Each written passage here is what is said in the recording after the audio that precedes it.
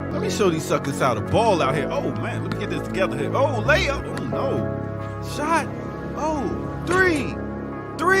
Oh, it's like Brick City out here. Mid-range. Oh, my goodness. I can't buy a bucket out here. I missed the whole damn basket. Oh, my goodness. What's going on, man? My game is looking trash. Oh, here we go. Black Power Media shirt. Now we cooking. Tree. I'm taking all three of y'all with these right here. Between the legs. Oh, my goodness. Behind the back. Layup. Oh, did he just do a reverse? He is in beast mode out here. I ain't got to look. It's falling. Oh, my goodness. This guy is going 3, 2, 1. Kobe. Nice. Black Power Media, baby. Nice. Empower yourself. Go get you some of that Black Power Media gear. Right here, blackpowermedia.org. Yeah. I mix what I like.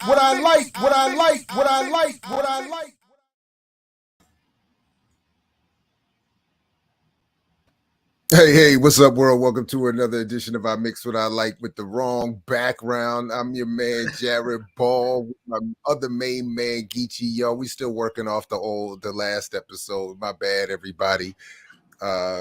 It's connected though. It's still connected because it is. Your boy with President Carter and some of the HBCU stuff we're gonna talk about still connected to President Carter. So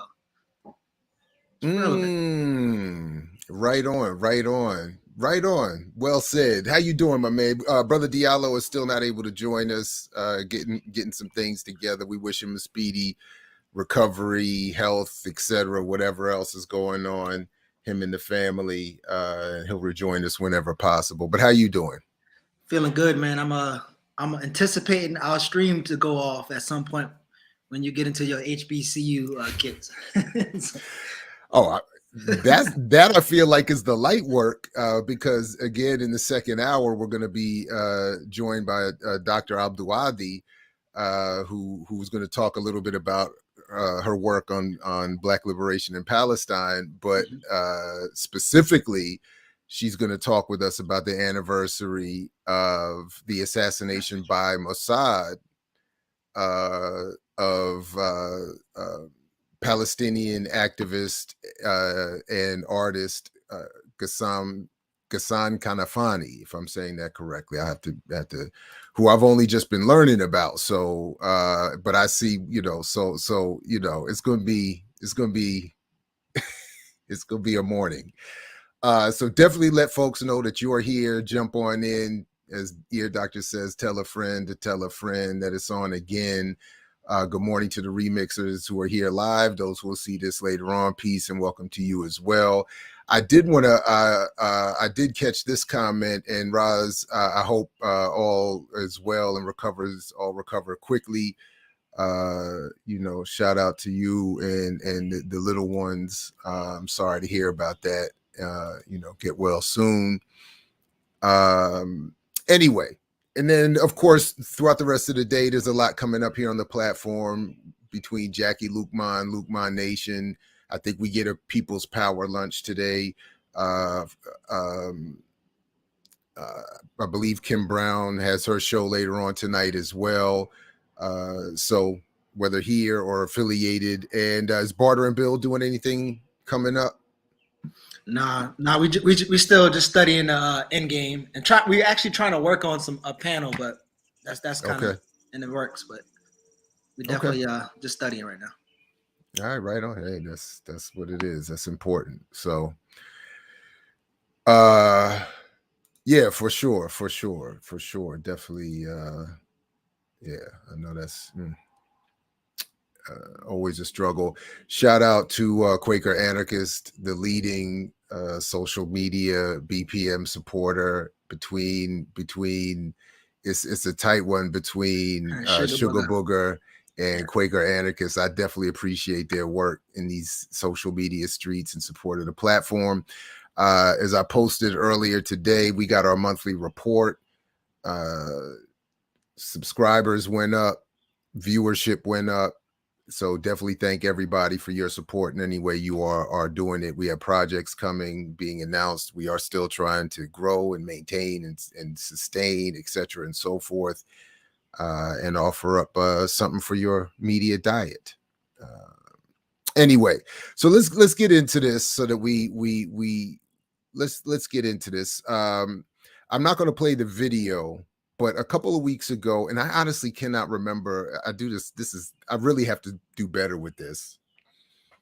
So if you sent this to me, please recontact me so I can properly thank you and credit you. But I think months ago, I was sent this and finally got around to watching it and reading the transcript, which we're going to work through this morning. But I think it's very important as people consider the role and history of historically Black colleges and universities, HBCUs, where I proudly have been teaching at Morgan State University for, this will be my, 2022? This will be my 16th year at Morgan, 17th year at Morgan. Yeah, I think that's right.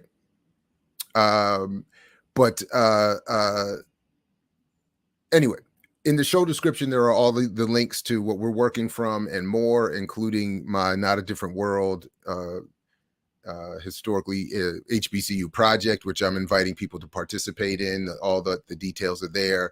But let's get into this. And before I say anything going farther, Geechee, did you get a chance? Do you have any initial thoughts that you want to say about this a webinar? And you can all watch the video in its entirety. We're just going to read through some of the transcript, but higher education webinar, The Role of HBCUs in the United States, from April 19th of this year, hosted by the good folks at the Council on Foreign Relations.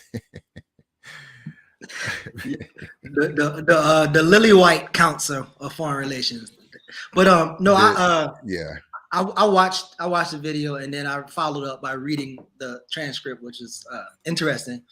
But I think one of the things that, especially when we cover topics like this, it's kind of important to start out with what we're not saying, right? So it's like, because again, people have an emotional connection to HBCUs and Black leaders and celebrities or whatever.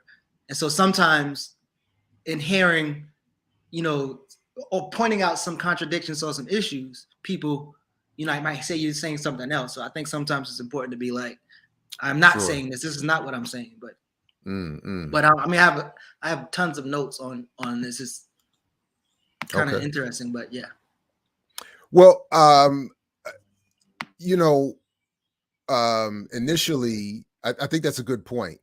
So for me, of course, the part of this is that I'm responding to something somebody sent me, but it's also, I think, part of an ongoing, long form project that I'm interested in working on. Again, the Not a Different World project. And looking at what I think are some of the contradictions between what are the popularized narratives and some mythologies around HBCUs and what is the actual function and role, and then what are the expected outcomes. Because I think that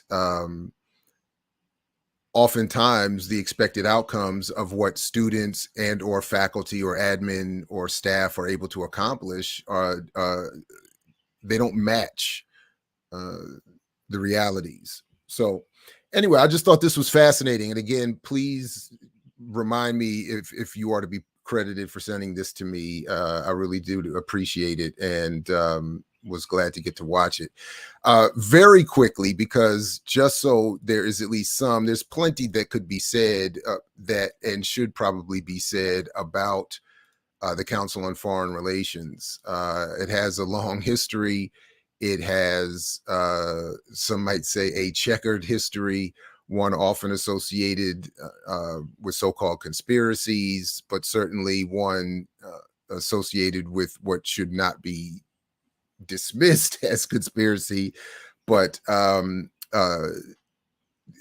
management of power or the ways of the ruling elite, I think, are are important to someone understand, and that's, the CFR has had a long role, played a significant role in all that. So anyway, just quickly from their own website, the CFR is an independent, nonpartisan membership organization, think tank, and publisher dedicated to being a resource for its members, government officials, business executives, journalists, educators, students, civic and religious leaders, and other interested citizens in order to help them better understand the world and the foreign policy choices facing the United States. This is something that's going to come back up in a few minutes, and but facing the United States and other countries. Founded in 1921, CFR takes no institutional positions on matters of policy. Our goal is to exactly. First red flag. Our goal is to start a conversation in this country about the need for Americans to better understand the world. Of course, not mentioned here, and this is something I'm again no expert, but just going off of some memory here. Not mentioned here is just the role of, for instance, the Rockefeller family in its foundation, and what that kind of interests that they would have in that. But anyway, these are just some of what we do. Some membership. Some might recognize what's my man's name on MSNBC. He's a regular on MSNBC, or used to be. I haven't watched it in a long time. CFR's membership represents a group of unmatched in accomplishment and diversity, including Robert Rubin, Condoleezza Rice, Fareed Zakaria, Angelina Jolie. Explain why CFR is a trusted and indispensable resource on foreign policy. So you got like, a lot of the so-called liberal wing of the ruling elite, if some have put it, Clinton advisors, Obama advisor types, Rubin in particular, Condoleezza Rice, Fareed Zakaria. I mean, these are, sort of liberal, for our purposes, right-wing cultural warriors, et cetera, and so forth. Richard Haas is his name. That's right, on MSNBC all the time. But this is, just anyway. Wait a minute.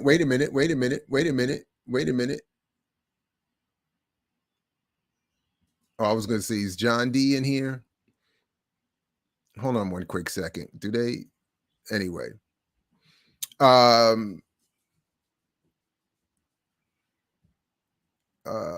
Nonpartisan, foreign relations. I mean, anyway, so this is what they do. This is just a little bit of who they are. 1921, you got Kissinger, and you got the crew, the late 20th century crew. Anyway, a think tank. Anyway, go ahead. Yeah, go ahead. No. I mean, what you about to say, I think is always ironic where one, to be considered a think tank and then position yourself that say, oh, we're not taking any policy positions. Like, like all of the damn policies, all the thoughts come from these think tanks, white think tanks. So I think that in itself should be a red flag. And then, but like you said, like the Rockefeller, the Carnegie, I mean, they blood in with all of these people who pretty much shape not only public policy, but shape in the way in which institutions or universities look at problems and create pseudo solutions to those problems. And Emma, when I say liberal, I'm not talking about liberal as in liberal, conservative, Democrat, Republican per se. I'm really quoting and referencing the late John Judge, who talked about the differences, and there are differences in the ruling elite who compete. And he was just noting that these folks are the liberal wing of the ruling elite as opposed to the conservative or right wing. But the point is they're part of the ruling elite and all certainly supportive of imperialism. So anyway, but that was just a little bit of a background into who was hosting this event. So as we come back to the link itself and get into some of the text, at least, the primary speaker is Tony Allen, Dr. Tony Allen, president of Delaware State University. And I don't know how you'd like to proceed, Geechee, but I was just going to skip to some of what I've highlighted, and then whatever notes you have, or we can start with what your notes are. And I can add, we can go back and forth that way. But I mean, I think we could start, because I have some of those same highlights, so we could start with that. But I think it also important is to express that this is a Biden affiliate, right? So he worked with Biden. Oh no, that's going to come up. Yeah, that's going to be made very clear. Yeah, absolutely. Biden put him in place, so let's let's make sure that we. Because so again, go ahead. I mean, I'm saying we preface, the council. So I think the lead speaker, we should kind of preface him as well. But no, that's a good point. And so in fact, one of the points I have intended to raise this morning is just that I'm, again, much in the same way I outside of jokes and some, fun we might have, in general, my approach to being critical of celebrities or anyone else is to look at first the public political work primarily, and then to assess the institution and the structure out of which they're coming. This is sort of my point about what people's expectations can or should be about an HBCU. Presidents of these universities are not hired or appointed because of their radical revolutionary track record. They're hired and appointed because of primarily their ability to fundraise, I would think.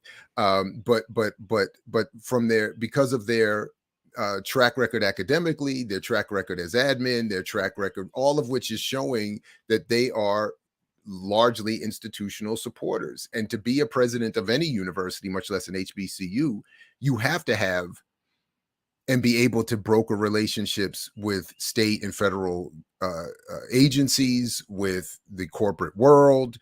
I mean, that's just, you cannot expect any of these institutions to produce leadership that might appeal to, for instance, much of our audience. So I'm not under any illusions, and I don't have other expectations about what their public performance can be. But that said, it still is public, it still is political, and therefore I think up for review and some criticism. That's, and then of course, as I'm just catching here, Ricky is exactly right. And again, shout out to Black Alliance for Peace and Ricky and other for the presentations they've been producing, showing not only HBCUs but university relationships to the state, to the police locally and military internationally. So anyway, and hood communists who be ripping shit up too. No question, absolutely, absolutely. So anyway,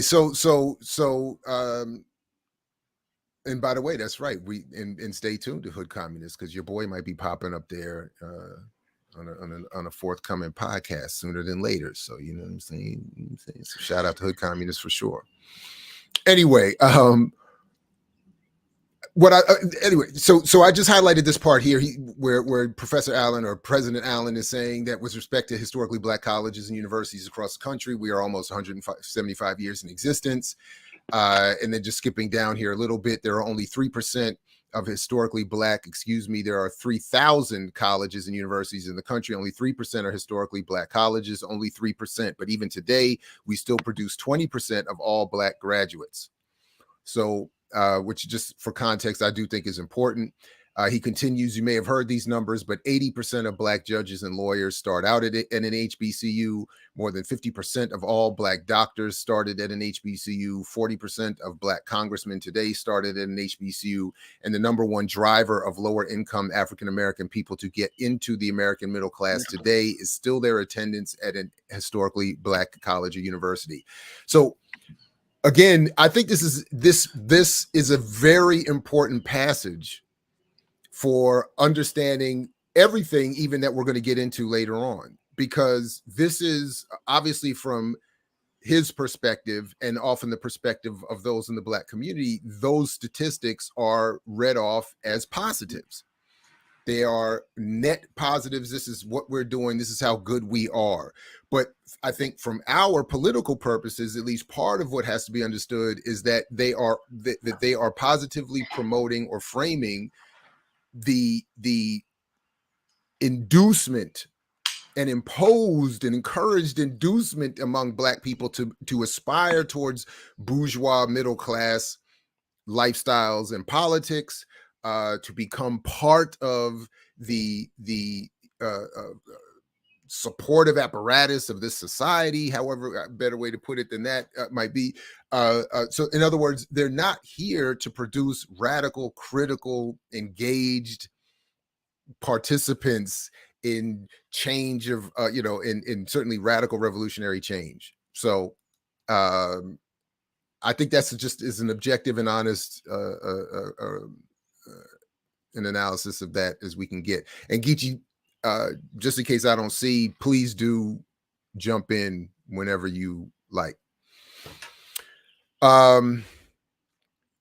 He mentions here, of course, that HBCUs are low resource institutions, and certainly relatively speaking, that is the case. But again, as I always I cannot help but, at least in my own mind, point out when this is brought up, relative to PWIs or predominantly white institutions, HBCUs are low resource institutions. But I still argue, just as I would among ourselves, if a better class analysis were applied and those resources better distributed, even more positive impact and work could be done by these institutions.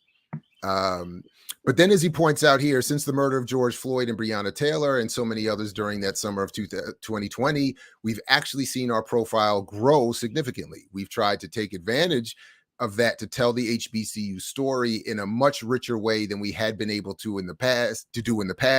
And we think that that's had some significant merit. I can tell you, when we think about COVID-19, we say that one pandemic, COVID-19 itself, exposed another, which is continuing race relations in America.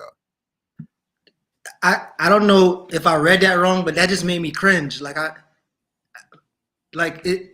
don't know that he clearly came out and said it, but it's like,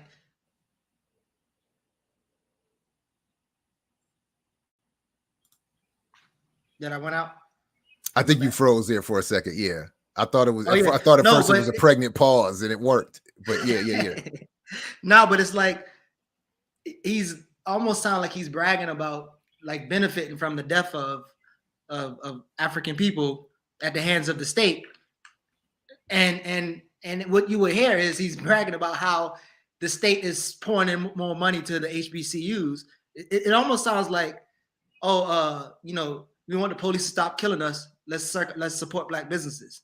Like it literally almost sounds like that's what he's saying with the colleges. Like, yeah, they got killed, and these people are low income or whatever, but we got more money, and so now we can help more of these people who getting killed by the cops to enter the white middle class. The American middle class, by just attending HBCU. Not to mention 75% of them leave with debt. Right, and the wealth gap haven't increased. Haven't been minimized by decrease. Mm-hmm. So, yeah, dude getting all his stats from the United Negro College Fund thing, talking points and stats. He's getting it all from there, and so I don't even think you can even be neutral, like they say, when you coming from institutions and research groups like this. So. Again, I and again, we've included the link, and people can watch the video for themselves to assess our reading of what President Allen is saying, but or how he meant what he said. But it certainly reads. My bias, it does sound a lot like that. And then because similar to in the next paragraph here. Couple that with what we've seen with the respect to the elections that ensued, the political unrest that came after that, we find ourselves in a place where historically Black colleges and universities are becoming a real sign, a true sign of opportunity for folks, again, regardless of what you look like or where you come from, that are otherwise underserved or locked out of the education system. And my point being is that it reads all to me very much like that, just similar to what you're saying, that in response to continued abuse suffered by African people, we can hold up the existence of HBCUs and their promise of a middle-class lifestyle as a sign of opportunity, a sign of hope. When humbly, I'm more interested in us becoming less hopeful in this existing situation and wanting to work more aggressively to change it. It becomes that work becomes challenged by perspectives like this and people's views of HBCUs and any other institution as a safety valve of sorts. I wouldn't want us, if anything, I would want HBCUs to be centers for physical and intellectual safety, for places for people to go and build and study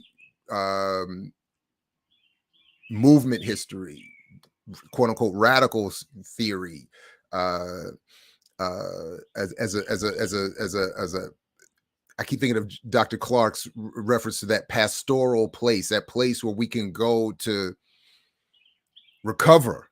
But too often the same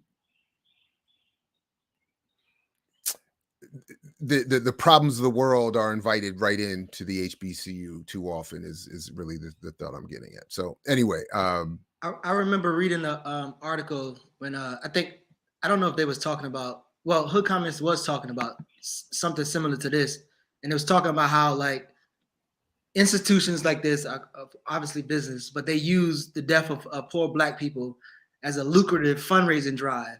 right.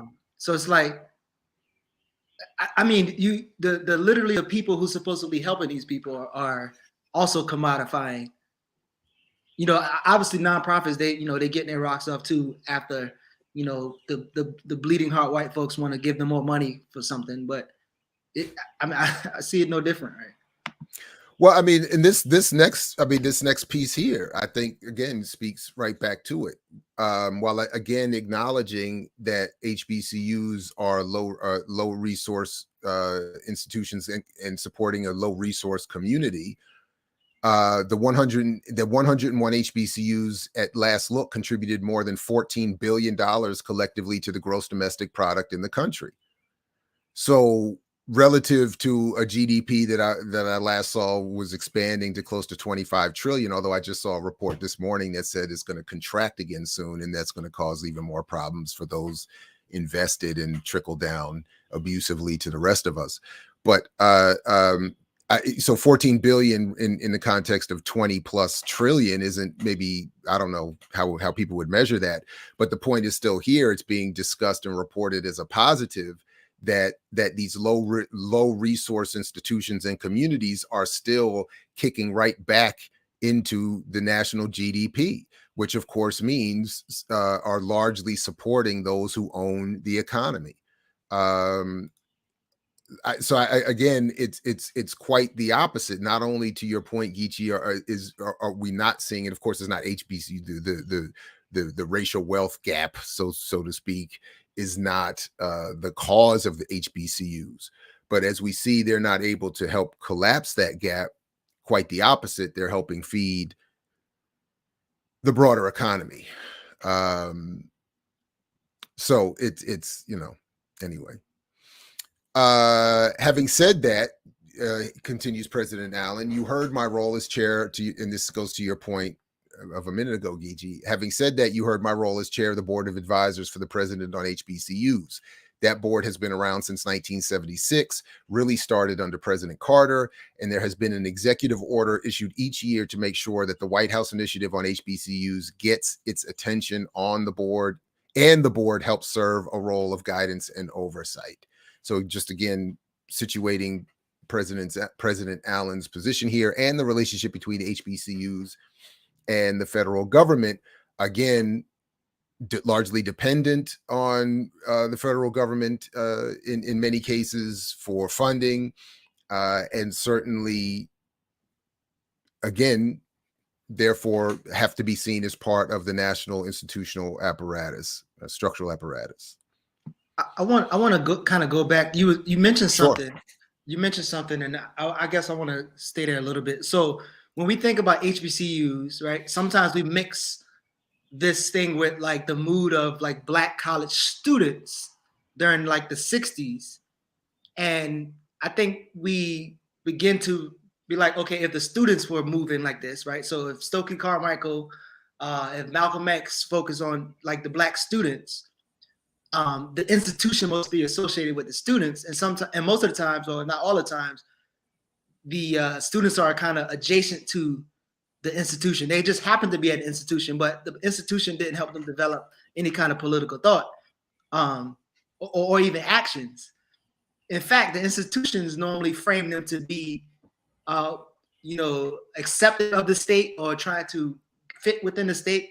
Like example, if you saw when majority of the Black students, not all of them, at what was it, whatever that college was, I don't know if it was Spelman or when Pinky from Slutty Vegan was there, majority of the kids was kind of clapping about getting their LLCs, but a few of them was like, what the fuck is this? Like, right? And so I think sometimes we have this crazy idea that because there were radical Black students within these HBCUs or colleges, that should be credit to the HBCU.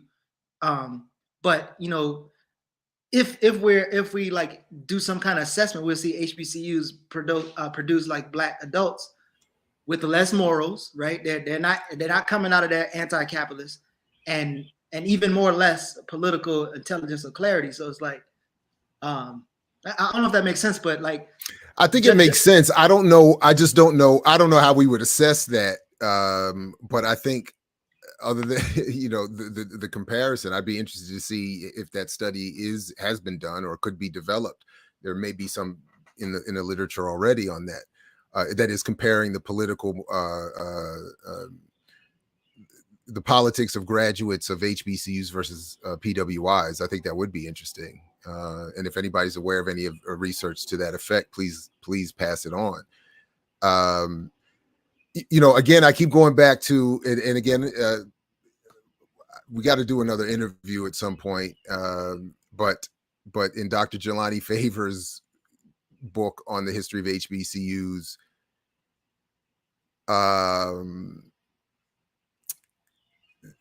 you know, he and I don't fully agree on the framing of the research he includes in that book, but he does cite research that shows that post Black Power era movement, post the Black Power era, funding to HBCUs took a decidedly STEM, hard sciences turn, moving people away from liberal arts, moving people away from, you know, funding wise, away from supporting areas of intellectual development that might lead to radical critical thought and political engagement. And I do think that has had an impact. And I do think it's also worth going back and reviewing the history of HBCUs as they, and their relationship to radical activists and faculty. A lot of the luminaries we reference as having once taught at HBCUs didn't end their careers well there. You know, I know Howard has a track record of sort of pushing out some of its more radical activists, faculty, and students. But anyway, and then this part here that President Allen brings up that I know has been a big issue at Morgan over the last few years. Oh yeah, Geechee, I'm seeing what you sent. Yeah, let me know. We can tell me. Yeah, we can. I've definitely seen this piece from Hood Communists, and we can definitely. I'll pull it up in a second for sure. But this issue that I'm showing here on the screen that I think continues the point I was just making about the trajectory intellectually, and then what we could predictably have be produced, which is that as President Allen says here, some of you probably know that there are 3 research. He's talking about the attempt of HBCUs to become classified as Research 1 institutes, and there are no currently so classified HBCUs. That is, there are no HBCUs classified as Research 1.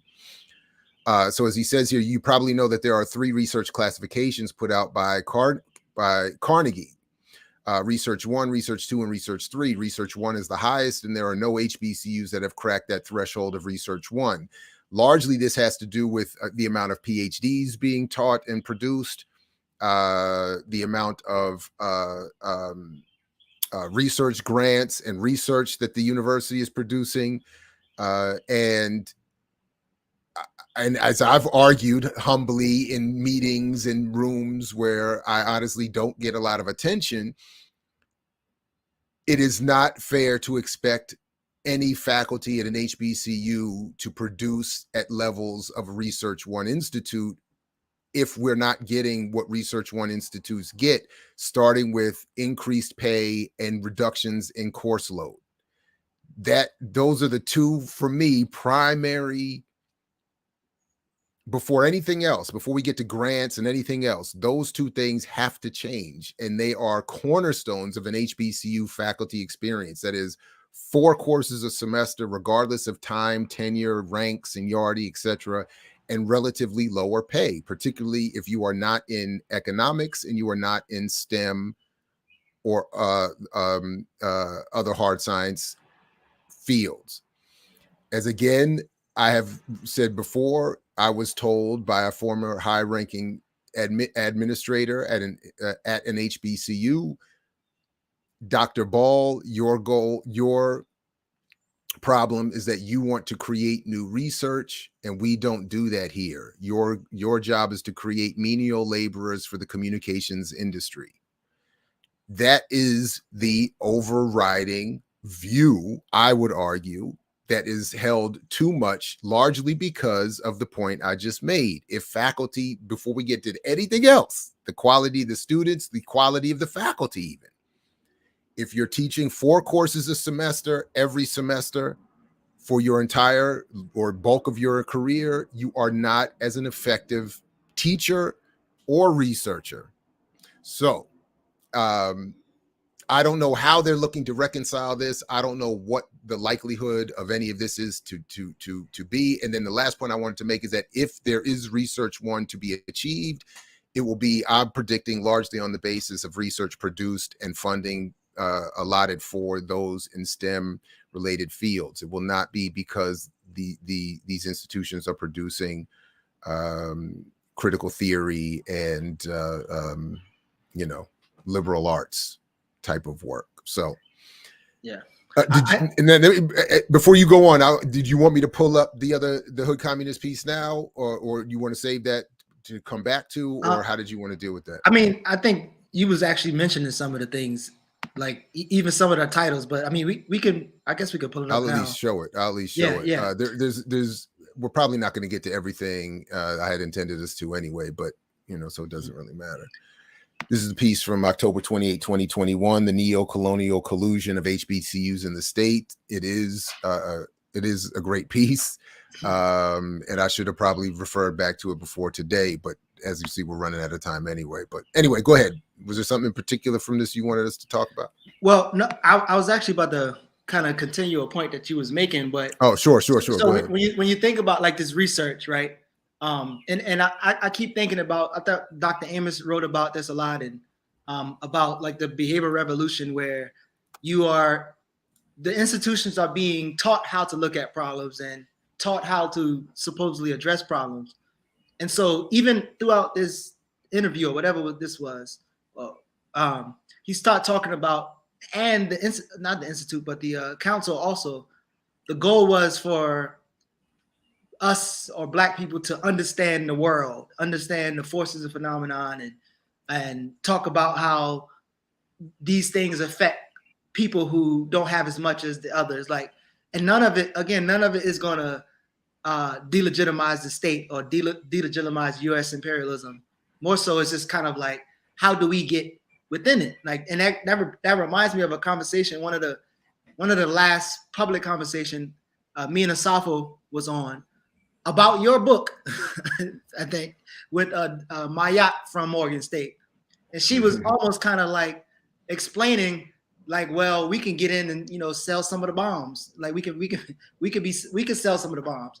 And Assata was asking her, like, why the hell would we want, to participate in that?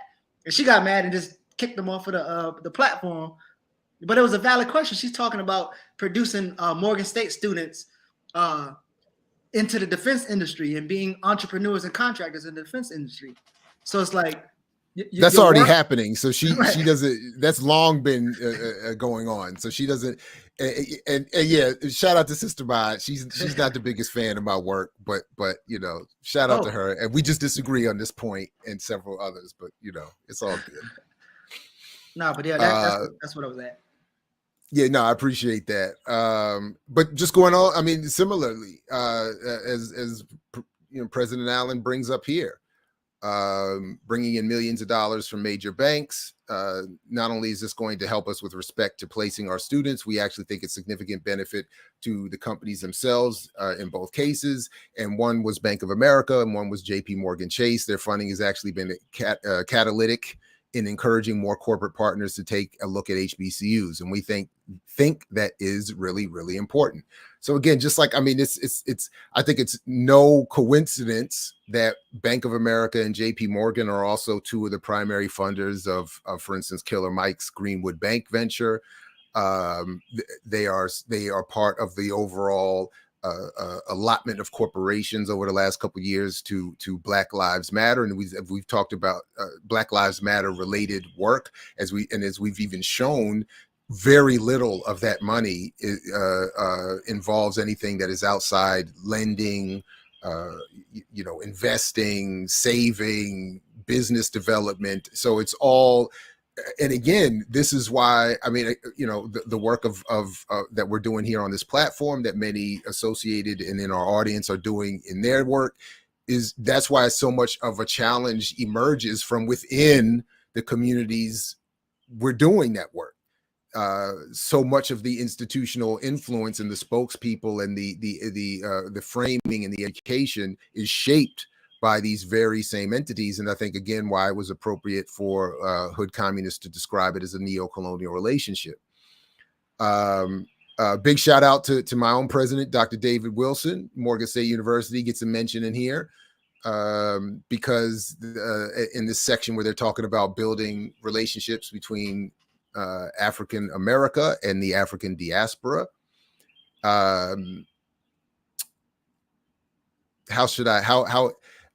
What little I've seen of what has been developed is been developed along these exact same lines that we're talking about here. So that there is a Pan-Africanism defined as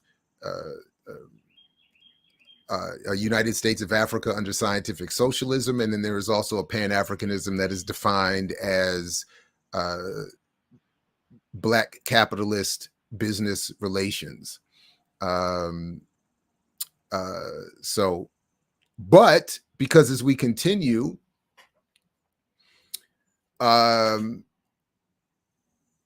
response to a question, this part I actually thought was funny because the person asking the question came from UNC, where they had lost Nicole Hannah-Jones, as she said, and was asking kind of in a joking but hateful way, now that HBCUs have stolen one of our leading light journalists, what do you think? And his response said that her, meaning Nicole Hannah-Jones's team, had reached out to me.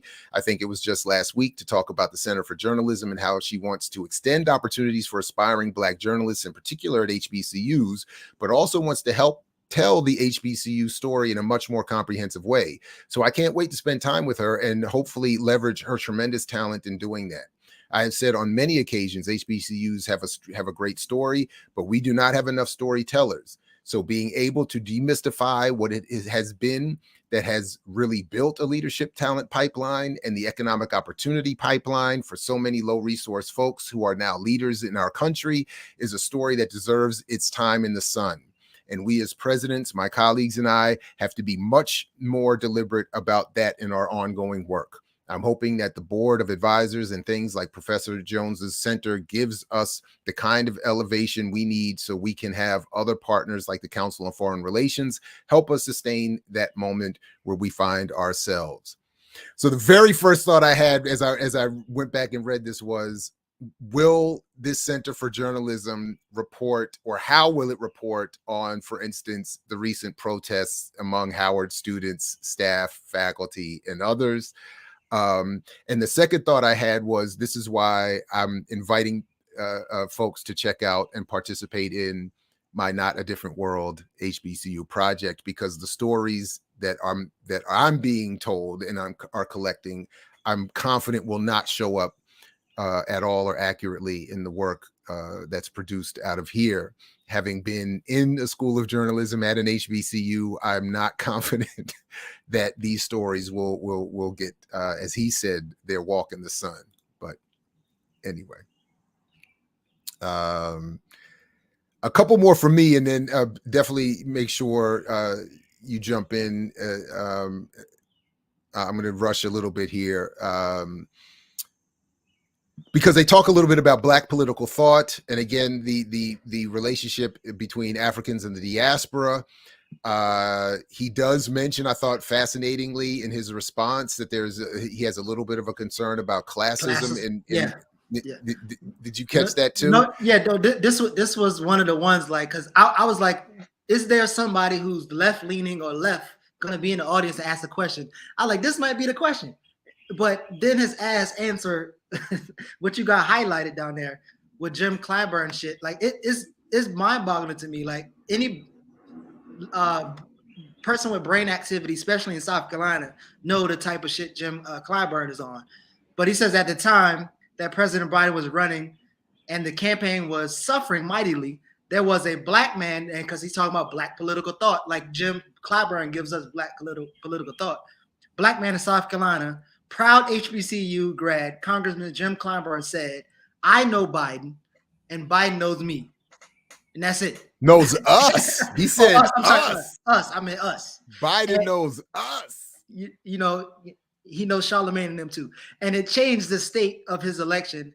Talked significantly about our power block when we optimize that. So this Negro is literally saying Jim Clyburn, what he did is our snapshot of the political power that Black people have.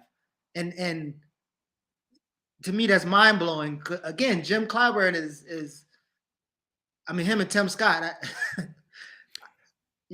Shit. Look, I thought it was fascinating because he talks here again. We get the buzzwords of classism, sexism, racism, and systemic that are systemic.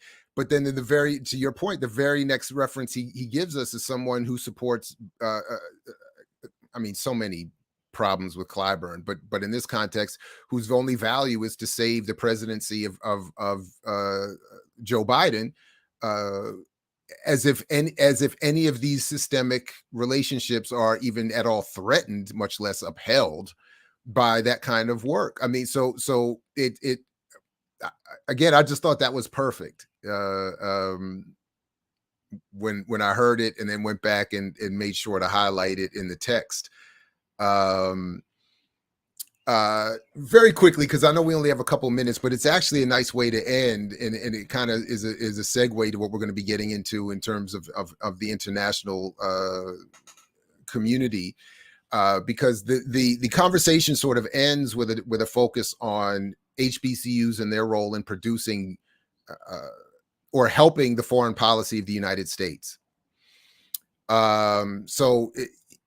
President Allen is asked here about from a former State Department and diplomat rep about Allen's relationship with African American programs such as the one in Princeton directed by Eddie Glaude. He talks a little. Anyway, let me just skip that part because that was sort of the segue for them into international discussions. Unless, Geechee, you had something on that section you wanted to say in particular. No. Okay. Anyway, so he's asked a question.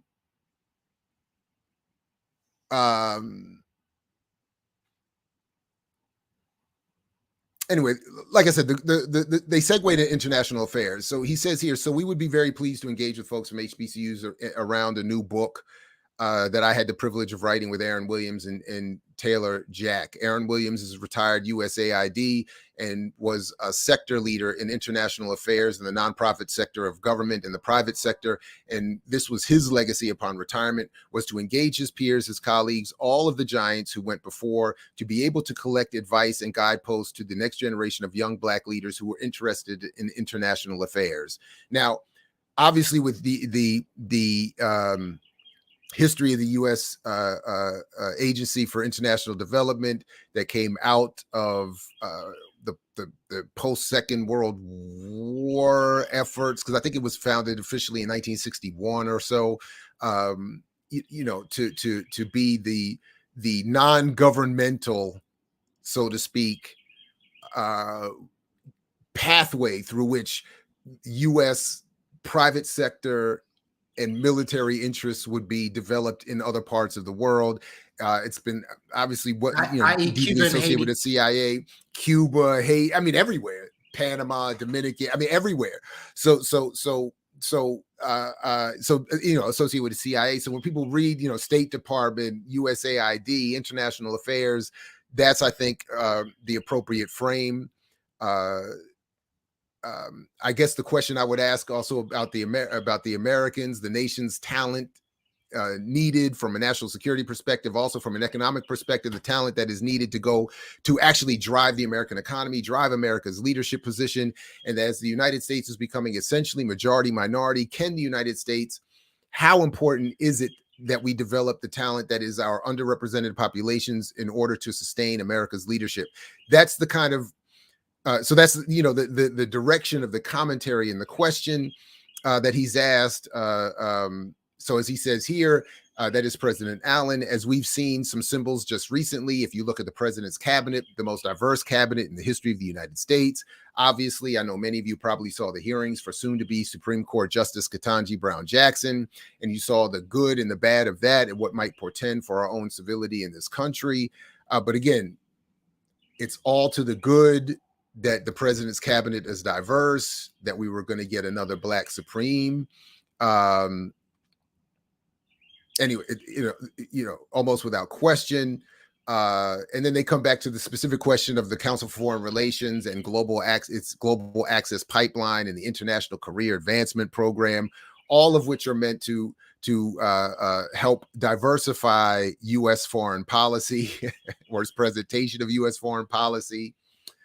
And then President Allen says, I shouldn't say it this way, but that has not been, so he's asked here about, again, about industry partnerships, corporate industry partnerships. He said, I shouldn't say it this way, but that has not been as challenging. I think the corporate community, and recently in particular, they've showed up in a pretty thoughtful way on balance. I don't just mean in Delaware State, but at institutions across the country.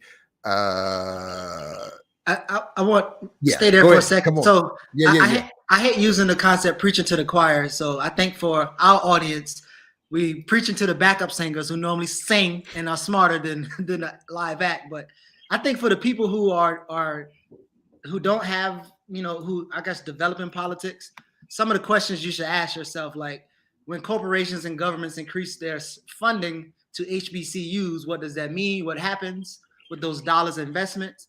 Why would you want HBCU to shape Black students into being diplomats for the U.S. State Department, right? I think answering some of those questions as somebody who's developing their politics, I think you can begin to see, you know, I guess where some of the contradictions lie, because, you know, at its best, HBCUs are literally designed for Black folks, for Black elites to send their children to close their proximity to whiteness. Like, and there hasn't been much other things that the HBCUs produce, again, with the exception of there have been radical people who probably was radicalized by organizations in the community, just so happened that's close to the HBCUs.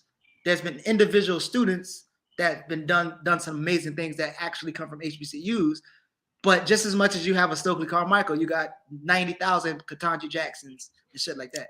And again, Carmichael Kwame Ture didn't finish at Howard. He was not a welcomed graduate or anything like that. So I mean, you know, so he was an anomaly, you know. But and what all of them were responding to were movements broader in the community and around the world. And I think by this point, HBCUs are better understood as vehicles for the poor and the working class, maybe to improve, relatively speaking, their class position, relatively speaking, but they're not. I don't think we should expect much more without, again, radical intervention from among the community. The institution itself isn't going to change and move ever leftward on its own. I was even looked back a couple of years ago at the history of Morgan State's relationship with Du Bois, for instance, having disinvited him at one point and only inviting him back for one event towards, I think, if I remember correctly, later in his life in a different, I can't remember the details, but they went back and forth on Du Bois, as I think is has the nation itself in some ways, and that's sort of the point. I think anyway. Let me just. I don't remember. Yeah, go ahead. I don't remember if you covered this in Not a Different World, but is there something that you have out there that kind of helps people? I guess navigate around phrases like elevating our voices and shit like this, the words and the phrases that really don't mean nothing, but it sounds good when Black people say in front of their white funders. But like, well, no, I mean, from the Not a Different World project for me is really is the really real of what it is what I intend for it to be is a vehicle for me, to be very honest, for me to tell my own story, my own personal experience as a faculty member in an HBCU, but to try to be more, but to try to balance my own bias. I've tried to open up the project to include other voices, as many as I can collect who want to participate, and offer their versions. So I'm not inviting people who only have negative or critical experiences. I'm inviting anyone who has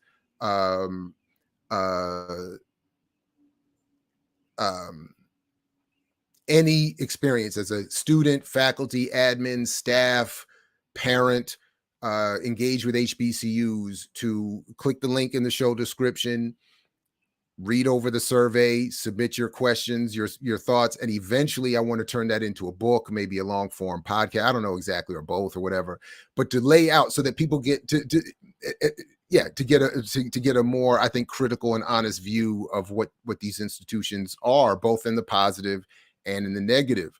So the responses so far, I mean, there've been, I don't know how many would constitute many, but a few dozen so far, at least.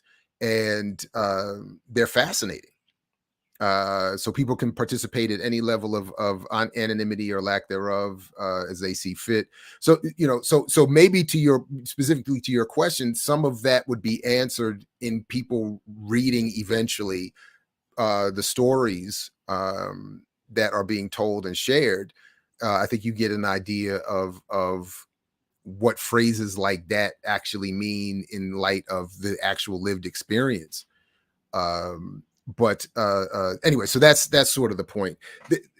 The only other thing, just to wrap up here, for me at least, is what I think is important in this that we were just going through is, again, biases and whatever aside, we have to, I think, look honestly at what people in the position of a president or admin at HBCUs or anywhere else can be expected to do and maintain their job. They do have boards of directors to answer to. They do have aspirations beyond even that particular role that they have to consider. And then they have their own background, politically speaking, to lean back on, most of which does not include the kind of radical experiences that we need and some of us come out of or are trying to develop. So Yeah. Anyway, let's see. But look, perfectly. Our next guest is just popping into the studio. So why don't we take a quick break? We obviously invite people, put it in the comments, to continue to comment and respond and offer up their thoughts. But yeah, let's move on to the second part of our show. Get into something, easy, Israel, Palestine, Mossad, light work, just easy, light work. We already handled the heavy lifting. This is going to be easy now. This is going to get easy now. Anyway, quick break, right back here. And I mix what I like. Don't go anywhere, everybody. I mix what I like, what I like, what I like, what I like, what I like.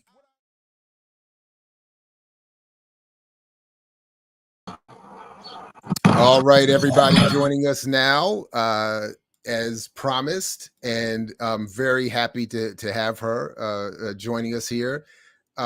Is after some effort and time, most of which was my own fault, just over the last couple of years, trying to reach out, having read the article we talked about, also linked in the show description below, involving the relationship.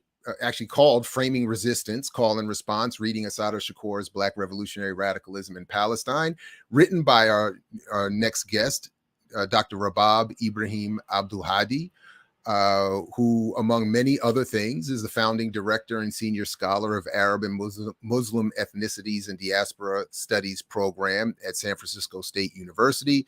She is co-founding editorial board member of Islamophobia Studies Journal, lead editor of book volumes, and author of over 80 articles and book chapters in 7 languages. You can read the rest of her bio and get more in the show description, where all of that is written and linked.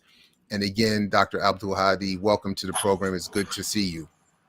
Thank you for having me. I am so happy to be on this program. And I would just say, yes, I think also some of the fault is mine, because I completely forgot about the last time we were supposed to meet. And I never, ever forget. I think I didn't put it on my calendar. So when it didn't pop up afterwards, like in the evening, in the middle of the night, I'm like, I was supposed to be, how can I miss it?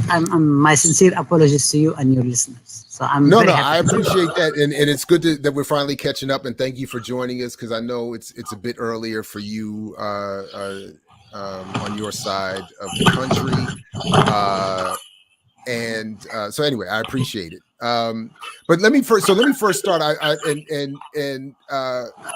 I mentioned the article that we worked from last week, I think, or whenever, and you said in our email communication that you did get a chance to look at the video, and I wanted to first, before we get into anything else, let you respond or clarify, critique, or embellish on any of that conversation, and then we'll just act as if people have already seen it, and if they haven't, they can click the link below and go watch it, and we'll just pick up from there. But I wanted to start there with you this morning.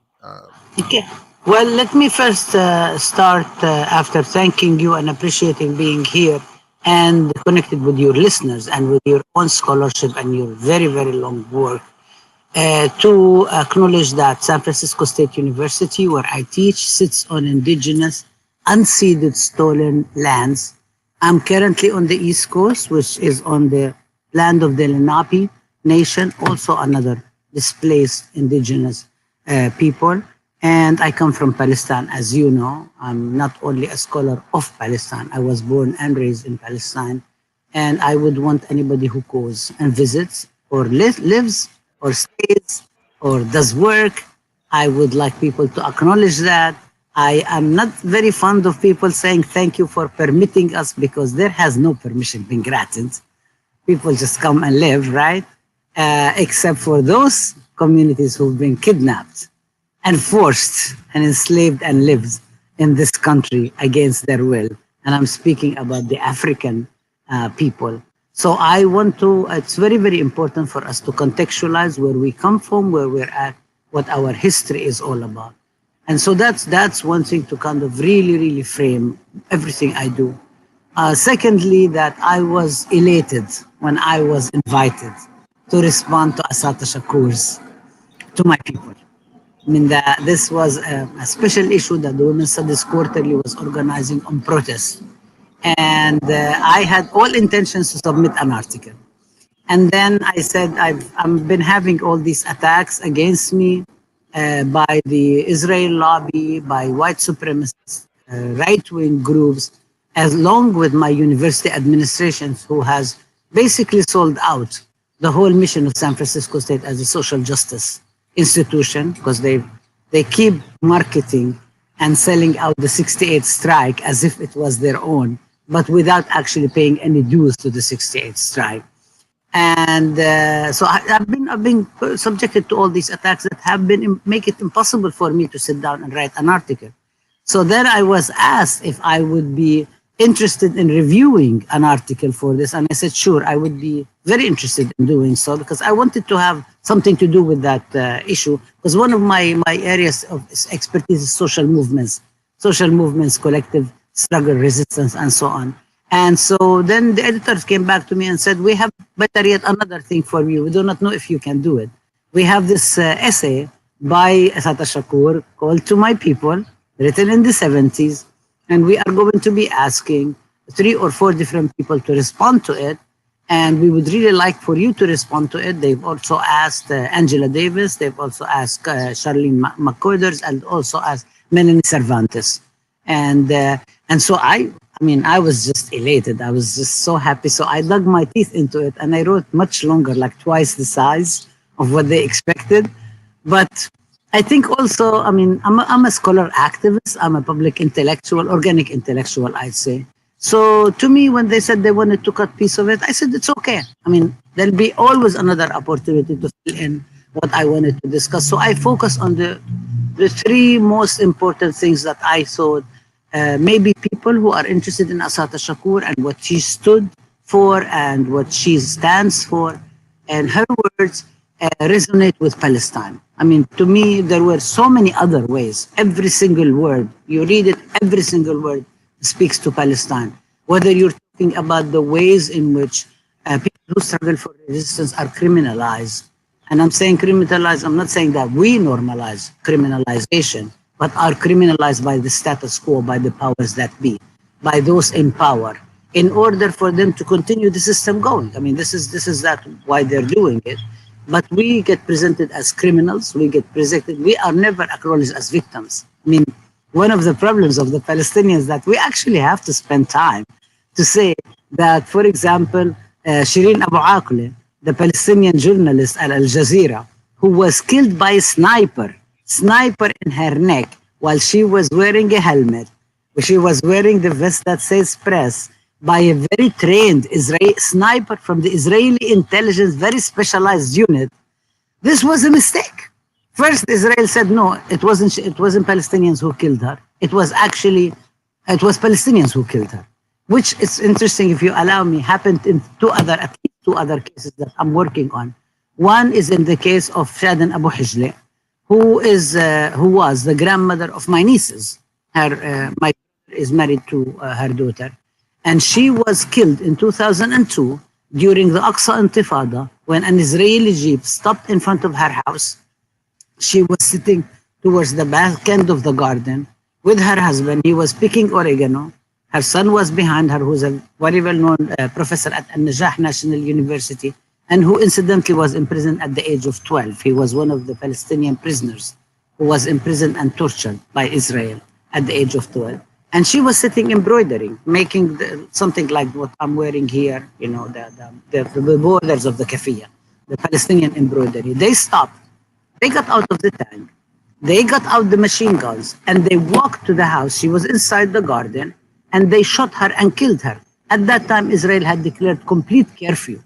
But nobody actually assumed that you're not even allowed to be sitting in your own garden.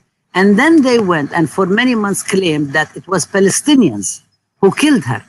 And Shadan Abu Hijle was one of the women who was involved in providing every single day food in boxes to families who were not being able to eat because of the curfew, because of the Israeli complete closure for work, because of people not being able to get to them in the Palestinian refugee camp in Balata, in the old city of Nablus. So they killed them. They took such a long time. And then finally it was an Israeli reporter, Akiva Dar, who investigated, and it was true enough, as her family claimed, she was killed by an Israeli, this is predetermined murder. A second case that I was looking at was the case of the young boy, Muhammad Abu Khdir, who was playing outside of his home on July 2014, 4 days ago, this anniversary, in Shu'afat, which is a suburb of Jerusalem, occupied Jerusalem, in the early mornings of Ramadan, outside of the mosque. You know, kids stay up sometimes because they go to the mosque, they eat the breakfast before they have to start their fast, right? Suhoor. And Israeli settlers stopped. They had come the day before and they beat up one of his cousins, Tariq Abu Khder, who's actually an Israeli citizen. He testified in Congress, lives in Florida. And then Muhammad Abu Khder, they kidnapped him in a car and they took him to a forest, nearby forest, built on the ruins of the Palestinian village Deir Yassin, which was completely decimated, completely erased, and on April 9th, 1948, to make way for the Zionists, actually. Israel was not founded yet. The Zionist militias who were trying to make their way between Jerusalem and Tel Aviv, they took three, one older man and two younger apprentices, I guess, apprentice settlers, apprentice racists, made him drink kerosene and they set him on fire. The kid was killed. Actually, he was burned alive. And then the Israeli police had the audacity to claim that it wasn't Palestinians. It was Palestinians who killed him. And they said, well, he was accused of being gay, and thus the family killed him. His family killed him, accusing him of cleansing family honor because he was queer. And as everybody in the world knows, Palestinians, Arabs, Muslims, people from marginalized communities, people of color, and so on, are excessively homophobic, are excessively sexist. It's supposed to be in our DNA. So this was the second case. It took a very long time. It actually was a video that his family had that Israeli police tried to take that showed the settlers coming in and picking him up. Then now we have the third one of Shireen Abu Akleh, who Israel actually claims that, it was Palestinians. And she works for Al Jazeera. So there were all this footage that there were no fighting in the area. She was clearly identified as a journalist. And they shot her and the bullet went through her neck. And it was not an accident. Yesterday, actually, the State Department, surprise, as you very well know, came out with a report saying that we accept the Israeli, an independent investigation said that the bullet actually came from an Israeli gun, but it was accidental, by mistake. The soldiers just happened to be there. By mistake, specialized snipers were there. By mistake, the bullet landed right in the neck, in the back of her neck. By mistake, it was a very specialized, highly Israeli military unit. By mistake, she was from Al Jazeera and she was one of the reporters who is voice of the truth of what's going on in the midst of Israel trying to cover up and its supporters trying to cover up what's going on. So this is really, I think it's really, really important in the sense that this also speaks to the reality. If we're talking about from Palestine to African American, to Black America, to Black in the US, if you don't want to mention America, the settler colonial state and so on. If you mention how is it that our people continuously are criminalized, continuously are accused of crimes, blame the victim is so clear. I mean, isn't that was the first story when George Floyd was murdered? 9 minutes, 9 full minutes, the guy is sitting on his neck and they're telling us that it was he's at fault. I mean, what was he supposed to say? He cried for his mother. He called for help. People were watching and standing by. 9 minutes did not occur to Chauvin. 9 minutes. His brain did not compute, and his brain did not compute that. Not because it's an accident, it's a malfunction of a person. because we No, don't he want. was also on drugs, and Trayvon Martin was suspended for smoking weed, and Eric Gardner was selling loose Ahmed Aubrey cigarettes. happened to be in the wrong place. Ahmed Aubrey was not supposed to be in this place. I mean, it's again and again. Amadou Diallo, 41 bullets. Eleanor Pamper. I mean, if you want to speak about from the history of the U.S., I mean, where do you start? Do you start with the But kid? Dr. Abdulhadi, Yeah, go ahead. I don't want to. I don't want to lose sight of something that I make sure I didn't miss something. You said that the article that we read About Assata. about Assata, you said there was a portion of it that was cut. What was cut, and what did you say? It wasn't editing. It wasn't censorship. It was that I'm not saying that. Yeah. I mean, there were a lot of issues. I wanted to talk about social movements. I wanted about self-organization. I had about like 5 or 6 different points that I wanted to make, and I mean, there is so many points, as you know. We can have 100 episodes to talk about it, and then it was just really too long. And my own piece turned out like to be, I think, 3,000 or 4,000 words, while like Angela Davis had written 1,400 words. And I said, of course, I cut. And if you can cut and you can tell me, but these are the items that I really need to keep in. I want to keep in the whole question about how do people, communities, and peoples defend themselves. The whole question of what does self-defense mean in this sense, because it's always misunderstood. I wanted to speak about how we define ourselves and how we see ourselves. And I wanted specifically to speak to the particular points that when the article, and I'm really hoping to translate it to Arabic, actually resonates with people in Palestine. Because when people in Palestine will say, oh, the New Jersey Turnpike, checkpoint, believe me, the minute you say checkpoint, every Palestinian ear is going to be perked up and say, interesting. This is what's going on. Because, I mean, what happened after the killing of Michael Brown and the curfews, which was much more than earlier on. I mean, we know that in the 70s, that was the Contil-Pro and the killing of the Black Panthers. We know that always leaders are the best, and the bright are always blocked in order to prevent movements from growing. But I wanted to actually people to hear that and see and recognize that there are similarities. I'm not suggesting that the two contexts are the same. I don't want to conflate either. I think it's really each context stands on its own, and each community has its own histories, and it would be a crime for us actually to reduce everything exactly the same.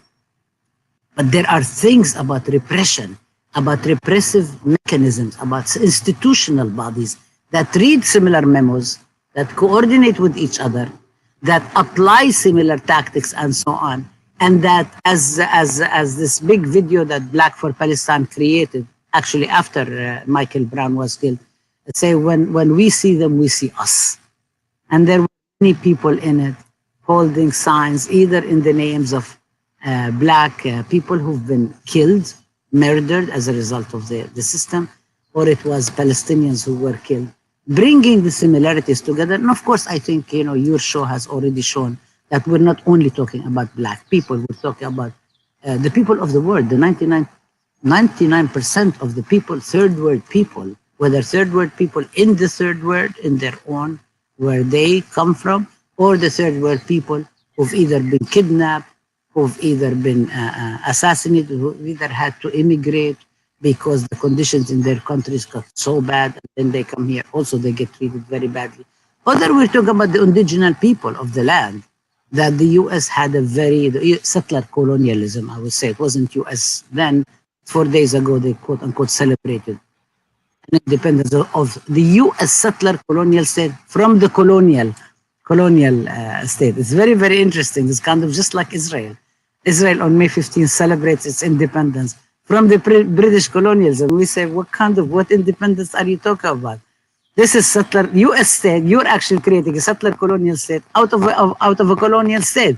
So this is all kind of like different degrees of the sophistication of colonialism and settler colonialism.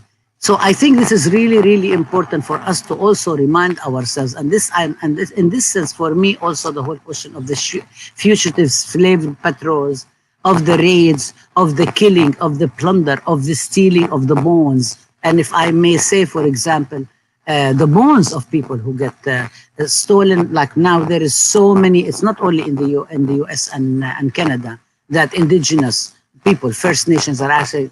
We would like to get the remains of our children so we can bury them.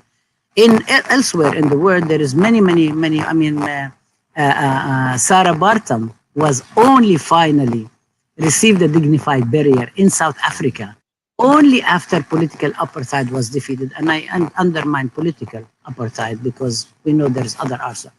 But she was only able to do that because the African freedom movement demanded that she would be. We have over 400 bodies of Palestinian prisoners and Palestinian freedom fighters captive in Israeli either freezers under 500 degrees Celsius in freezer or in something called number cemetery. That Israel refuses to release those bodies to the families so they can bury their children, dignified burial, and just have some peace. I mean, it's already the wounds are never going to be to be healing. But this is the same thing, and I've learned not long ago. Actually, I was at the People's Summit in Los Angeles, and one of the younger people who were picking us up, she said, "Well, don't forget the move in Philadelphia, that the bodies of the moved children are still being held by the United States, and some of them. I mean, this is the history is, as you know, so-called scientific studies happen on our life, and really, the reality is that the story that is most well known is the story of the Holocaust and the Nazis, who've experimented on people's bodies in such nasty manner while they killed 6 million Jews in concentration camps. We need to have all the other stories of our communities around the world, of the theft, of the plunder, of the bones, of the experimentation. All of it, from the sterilization abuse to the la operation, or to the murder, to the lynching. I mean, you know, the last 2 days there was a story about Emmett Till, and your program. But I think all these stories coming together. I'm always constantly wondering, how do we teach? How do we teach? And my project is called Teaching Palestine, Pedagogical Practice and the Invisibility of Justice. How do we teach about that as a sense, in this sense here, justice for Palestine is defined as part of the indivisibility of justice.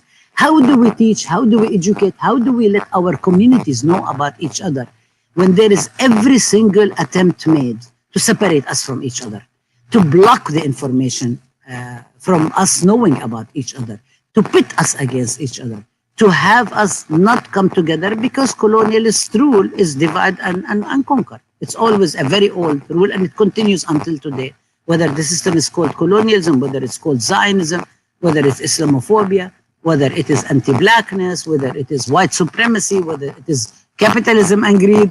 I mean, this is what they do, day in and day out. So how do we do that? How do we do that? So for me, the whole question, I mean, the being able to write this, I would just say to give honor to Assata Shakur, whom her books, when her book came, it was one of the first books I assigned when I was an adjunct professor at Hunter College, my alma mater, and we read every single word. And then about her life and what she stands for, and then the way that she has been maligned as a figure of Black freedom, part because she was Black, and she is, part is because she is for Black freedom, part is because she says, I'm not going to follow your rules in order for us to liberate our people. I'm sorry, you are come up with the rules that benefit your continuation of repression. We have different ways of understanding things, and partly because also she is a woman. And also, as you know, women are not allowed, whether we talk about Layla Khalid, we're talking about Assata Shakur, we're talking about Dalal Mughrabi. Women are not just allowed. And there is all these tales that how women who participate in the defending their people are supposed to be abnormal. They're not really the normal women. And this again and again and again, we have so many examples from our communities, not just token representatives. And again and again and again, they keep on confronting us with all these issues. So to me, This was such a labor of love to be able to write it. It was also very painful because every single time I'm writing it, I'm reminded. I'm reminded of the violence. I'm reminded of the fact that she cannot come home. I mean, she is home in Cuba, but she cannot come home. She cannot be here with her family. She has to remain underground. You go to Cuba, you can't see her. I mean, you can. We went to Cuba and we tried. We asked, but you know, she has, and we respected that because she has to be protected. FBI put $2 million prize on her. Go ahead. No, I just wanted to say quickly, shout out to let me mute you for the echo effect. Shout out to Layla Haddad, who briefly was my neighbor. We lived on the same street for a while, so shout out to her. You mentioned her. You said a number of things that I think are interesting, and I want to try to create a segue here, but I'm happy to have you come back to anything, obviously, that we can come back to any of that. But you mentioned, for instance, the African woman, you know, so-called Sarah Bartman. You've talked a little bit about even the narrative developed around Assata Shakur. And when you mentioned that, I thought of, because I just watched, and in fact, Geechee, if we had time today, I thought we might even look at it together. I just watched the preview to a forthcoming movie starring Viola Davis about the African queen leading revolution against the Europeans. And I thought of Dr. Abdulhadi and one of the subjects you wanted us to get into today, and the cultural work, the value of the cultural struggle, in particular the work of Ghassan Kanafani, whose assassination was today, July 8th, 1972, by Mossad. And so I was thinking about all of that, given the way I understand, which is not very much, the way I understood how he engaged the fight of the cultural work, the role of art in revolution. And I'm often looking at the way imperialism uses symbolic overtures to revolution to suppress the political content in the moment. So I'm looking at that preview. I'm looking at some work of Kanafani, trying to prepare for today. And I thought that I would ask you what you think, given the context of Kanafani's assassination, how people in struggle should view popular entertainment, popular media, culture, and engage that cultural war. Because I thought it was also very interesting that, and then I will stop here, that in one of his responses in a video clip I watched, Kanafani talked about, he used the phrase the cultural nationalism of the United States. And in most of the work, I know our space is familiar with, cultural nationalism means something bit different, and often from the context of the African people struggling upwards, so to speak. But there is this cultural nationalism of the West, that we have to engage in. Anyway, so please respond in any way you like to. Yes, thank you. I was actually going to say, yes, today is we honor the martyr Ghassan Kanafani, and actually it's really it's very rewarding that there are so many young people today all over the world, Palestinian youth in particular, but all Palestinians are actually honoring Ghassan Kanafani in one way or another, whether discussing his multiple books and art. He was an installation graphic. He actually designed. He was an artist. He used to write. He was a journalist. He's the one who edited and created the magazine Al Hadaf, which was one of the first, actually the first one in the Arab world to employ the tabloid form, and it used to be 70 pages. 70 pages, people will say today, oh, wow, give me a soundbite of 2 minutes. I have no time to read. But people were devouring the 70 pages. And I was listening in preparation. We had a big event yesterday. I was listening in preparation, kind of trying to refresh my memory and learn more. Of course, we always have a chance to learn more. And one of the former managing editors of Al Hadaf said that, somebody asked them, well, how did you sustain yourself? This is a magazine of the people. And Ghassan Kanafani's slogan was, الحقيقة كل الحقيقة للجماهير. Truth, the whole truth to the people. And so in order to be able to provide that, so one of the managing editor jumps in and says, you know that the dues for the subscription of the magazine, at one point, dues from Arab students in the United States used to subsidize the magazine. Because the magazine, $1, was supposed to be $1, 70 pages deployed. And imagine shipping it from Beirut or Syria or Cyprus all the way to the US and clearing it in custom. And you can imagine all of these things. That's another subject of discussion. How are you even able to rescue a piece of culture of resistance, which is different than cultural nationalism, right? To bring it to readers and so on. And students are supposed to pay $1. And students are always heartbroken, as you know, especially students who are studying far away from home. They're not qualified for any kind of loans whatsoever. I mean, it's really hard. So they always used to work under the table in order for them to be able not only to support themselves, but also to send money, remittances back home to support their families and so on. And so he said, well, some students it's $1, some students will pay $10 for the subscription, some will say $20, depending on what they were able to do. Now, what Kanafani also did is exactly, I think he was engaged in culture of resistance. And I think this is a place which we can talk about. And I think this program is a very, very amazing place to talk about that fertile, both because you've dealt with it and you continue dealing with it, and because of also the audience that we are all the truth to the masses. And so when we say about the truth to the masses, he's not actually concerned by the hostile masses, he's concerned by our own people. So it actually speaks to Assata Shakur, to my people. He is actually speaking to my people. He is not really as concerned of what the colonialist powers and the imperialist powers mean. But there is a cultural nationalism of the US. And I would distinguish it from the culture of resistance that our people use. And I would also distinguish it from even the notion when we say Afrocentrism, Black nationalism, and so on, because these are different terms. And people lump it together. And in one of my work, actually my doctoral dissertation, I actually dealt with the whole concept of nationalism and said not all nationalisms are the same.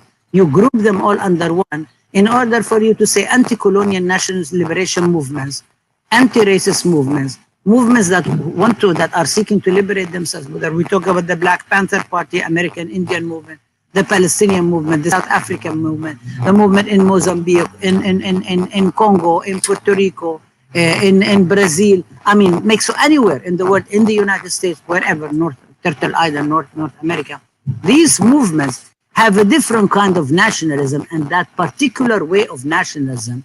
And I think in this sense, I like to use the framework of Benedict Anderson when he called nationalism imagined communities. In the sense, I don't agree with a lot of the things that he said, but this is really important. He said that people participate in these communities as nations because they envision themselves being in horizontal comradeship, participating in it. And then another despicable character, Ernest Renan, who was actually really a big colonist, Orientalist, a Christian Islamophobe in the 1700s, actually said that participating in the nation is a daily plebiscite. But the nation is this nation that I'm talking about, and I'm using it as a community, broadly speaking, in the sense that every single day, you, me, Geechee, right? Is that the way? Is that correctly? Okay. Geechee or anybody who's with us here, coming into this conversation, participating in this space, every day we decide. People decided when George Floyd was being killed to stand and videotape. Decided. They did not just happen to do it. They actually decided that they're going, at the risk of their own life, they're going to videotape. People decided to go to a protest. People decided to take time to watch a documentary. People decide to engage with other people and understand the reality and so on. So I think this is to understand what are we talking about, anti-colonial national liberation movements, which gets a bum rap from all the colonists and so on, because nobody is allowed to actually think about what nationalism means, what their sense of community means, and so on, except the colonists, except the Zionists, South African Boers, United States white supremacists. They are allowed to do that. The English, French nationalism is so easy to understand because it's a nationalism of humanities, and I'm putting it in quote. But our people are not allowed to actually think about that. And we're contested and we're called racist, reverse racism, not engaging in things. Now, I do want to clarify a little bit more. What cultural nationalism, what does it mean when people in the United States today practice what is called US cultural nationalism? 4 days ago, July 4th. I don't understand. What is it? Why is it that people celebrate a flag that actually signifies destruction and domination? Why is it that they sing an anthem that enshrines slavery and repression? What is it about people who say, oh, this is our country? It's very interesting. It's our country. It's not even their country. It's a country that belongs to indigenous people. Nobody invited. I mean, them, right? Nobody. It's the country of land.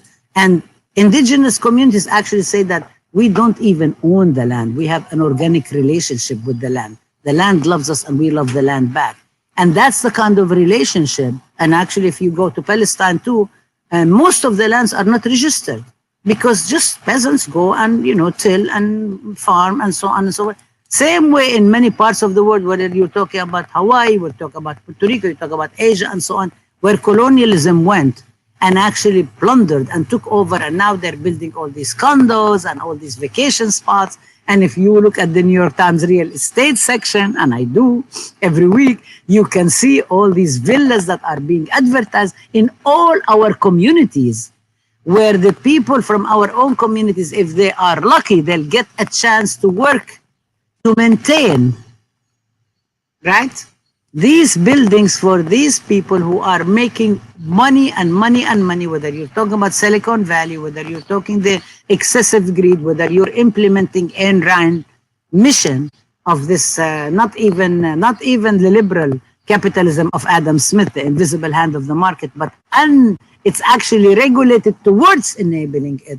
So this is the cultural nationalism that the United States exercise. And it also today, if Ghassan Kanafani were alive today, I bet you he might even take the phenomena, the cultural phenomena. And when I say cultural, I don't mean a fluffy thing, because culture is very materialist. There is material foundations of culture. And in the study of culture, I adopt Stuart Hall perspective of the Birmingham School of Critical Cultures. That is also Williams and other people have participated in. That is very, very, very, very, very foundational and materialist, in the sense that when they are celebrating that, they are actually talking about their own goods and so on. So if Kanafani were here today, I would wonder, I mean, if I were going to meet Kanafani, and I'm not, one of the things that I would do is I would actually maybe bring him one of those caps that say Blue Lives Matter.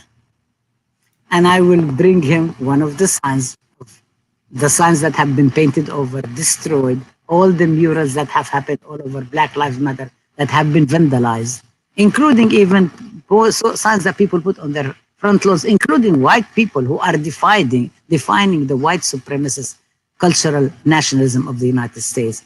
And I would give it to them and say, here, what do you think, Ghassan? And I'm sure he would write a whole piece. I don't even know what would be in his mind. He was a genius, writer, theorist, intellectual. And this is also why, and Ghassan Kanafani always said, al-kalima al-bunduqiyya, the word is a sword, the word is the gun, that we can also fight with our words. He, by the way, never carried a gun. He never ever had training in military, in armed resistance. He did not even know that. But for the repressive forces, for the Golda Meir, he was on the Golda Meir list. She was the prime minister of Israel who authorized his killing. He was on the list that on the Mossad squad that was led by Ehud Barak, who was the prime minister of Israel. That people in the US might find the news in 2001, 2002. He was called in the US by Clinton that he offered Palestinian leader Yasser Arafat a generous offer, which Palestinians call it Swiss cheese, because it was kind of like a state with all holes in it and barricades and checkpoints and so on. You couldn't, I mean, it was really not an offer, but the US media is very good at spinning that. But think about, why was Ghassan Kanafani killed? And why are they assassinating, from Patrice Lumumba to Ruth First, to Don Alpiso Campos, who was assassinated in prison, to Wadi Haddad, who was killed at the age of 39, to the Black Panthers, 21 in one time, and more and more and more. Why is it that Mumia Abu Jamal is still in prison? Why is it that Leonard Peltier is still in prison? Why is it that there are, again, more and more and more and more people? And if you want to say, I mean, US also claims in their cultural nationalism, they have all these set of things, including a fair justice system, criminal justice system. Of course, in itself is an oxymoron. Criminal justice, how is that? How is that justice? But there is a way to actually basically have this quote unquote deterrence, not deterrence from committing crimes or injuring your fellow human being, members of your community, because we have transformative justice mechanism to deal with that without the police. But why is it that they are actually so intent in doing that? And why is it that they are escalating?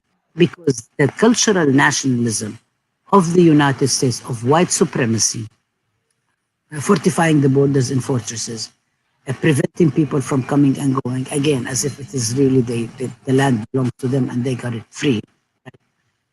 Why is it that they are doing all of these things? And we need to kind of just remind ourselves that this is because whenever we become more of a threat, it escalates. So whenever it escalates, it's a sign that they're taking notice and they are trying to crush what is going on. And these are forms. And then there is all the ideological, intellectual components of it that has to do with the cultural nationalism. And when he says cultural, it has cultural perspectives to it. So in a way, people try to denigrate cultural work, artwork, hip hop, poetry, all sorts of ways and forms in which our communities do not have the resources to go paint the Renoirs and the Matisses and the Lacroix that hang in the Louvre, in the Metropolitan Museum, and a lot of that is stolen also from the third world, and a lot of it is inspired by that. Yeah. But Dr. Abdulhadi, I'm sorry to jump in, but that's sort of what I wanted you to talk a little bit about in terms of Kanafani's work in particular and his life in particular, particularly for those of us who don't know much about him. So, for instance, when you list off him on and include him among a list of names that some of us would be more familiar with, but who are known for much more militant and aggressive political activity. Some of them are, at least reported to have been involved in armed struggle and so on and so forth. But from what I understand, again, not much of Kanafani, is that he is known as a cultural worker, as an author, as a poet. Why is it important to understand particularly from the point from the perspective of imperialism and settler colonialism, the threat from that they draw a parallel between cultural work and even militant organized work? They draw a parallel and respond in kind. And I'm wondering, so if you could talk a little bit about Kanafani's work and what made him a threat in that.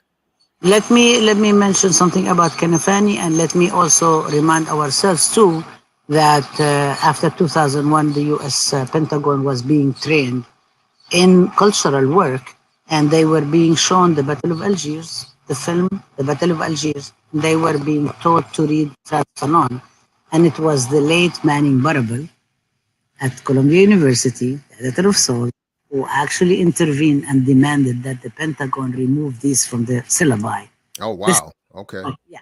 It was and that's how they removed them. There was also another book called I do remember, I'm sorry to interrupt again. Because I do remember Condoleezza Rice saying, she was saying we need more funding for what was effectively propaganda, because she said the war is going to be fought in the newsrooms of New York, Paris, London, etc. So she was saying we need more in that sort of cultural media work. So sorry for that. Sorry, Yeah, go ahead. no, that's fine. There was this book I was talking about called The Arab Mind, written by an Israeli Zionist, Raphael Patai, that actually argued that Arabs only understand to be killed or to be bribed. I mean, this is as if it's in our DNA. I mean, so where is this, how is this being translated in the US? There is so many more things. But let me just say about Kanafani, to just give him his due.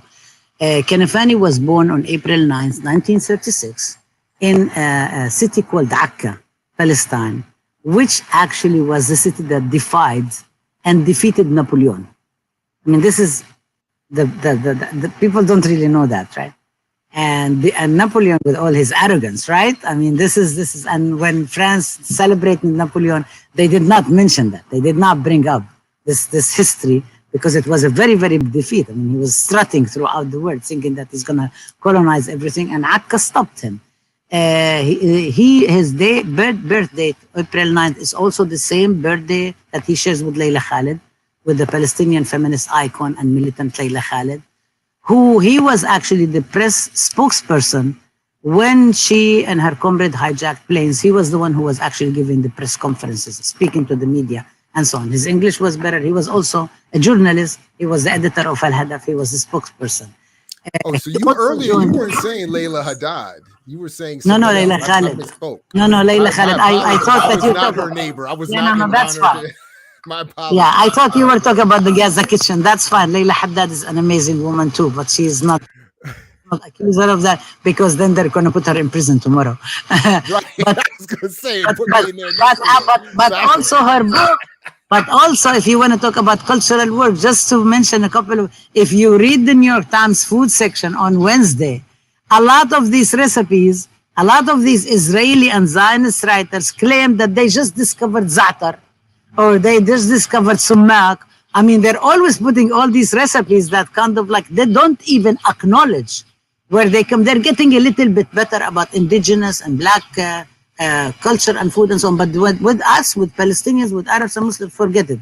All of it is appropriated. We're still in the pre-colonialist phase. But to go back to Ghassan Kanafani, April 9th also is the anniversary of the Deir Yassin massacre that I mentioned, which is the village on which the forest where Muhammad Abu Khdair was killed. That is also the anniversary of Deir Yassin in 1948. Ghassan Kanafani founded Al-Hadaf before he was the editor of Al-Hurriya, which was a magazine that was bought by the Arab National Movement. He was member of the Arab National Movement, which was founded in 1952 by Dr. George Habash and Dr. Wadi Haddad, and doctors in medical doctors. They were two young Palestinians whose families were displaced in 1948, and they were in Beirut. They studied at the American University of Beirut, and they learned, you're going to find this twist interesting too, and in sort of like triggers, memories. They were also mentored by a man named Constantin Zrek, who was an intellectual at the American University of Beirut, and set up a study group and picked by hand people like George Habbas and Wadi Haddad to mentor them in the art of history, revolution, consciousness, and so on.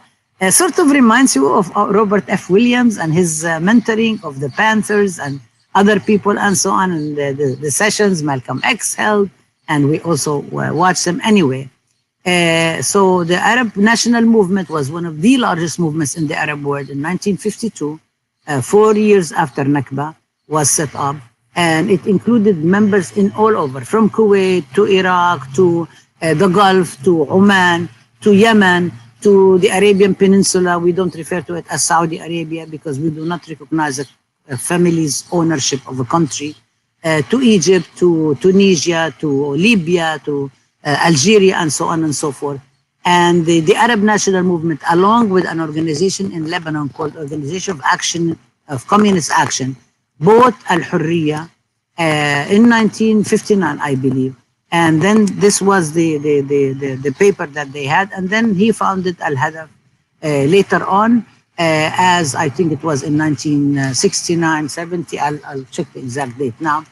And and it became actually red. It was the place where a lot of Arab intellectual radicals were publishing. It was in Beirut because Beirut was the place for the Arab, where the Arab Lebanese national movement, again, anti-colonial national movement, refusing the sectarianism imposed by the West and left over to Lebanon as a result of the 1943 French constitution. When French withdrew from Lebanon in 1943, they left behind the constitution that assigned division of power in Lebanon to various religious sects. So people say today, oh, there is sectarianism in Lebanon. Who introduced it?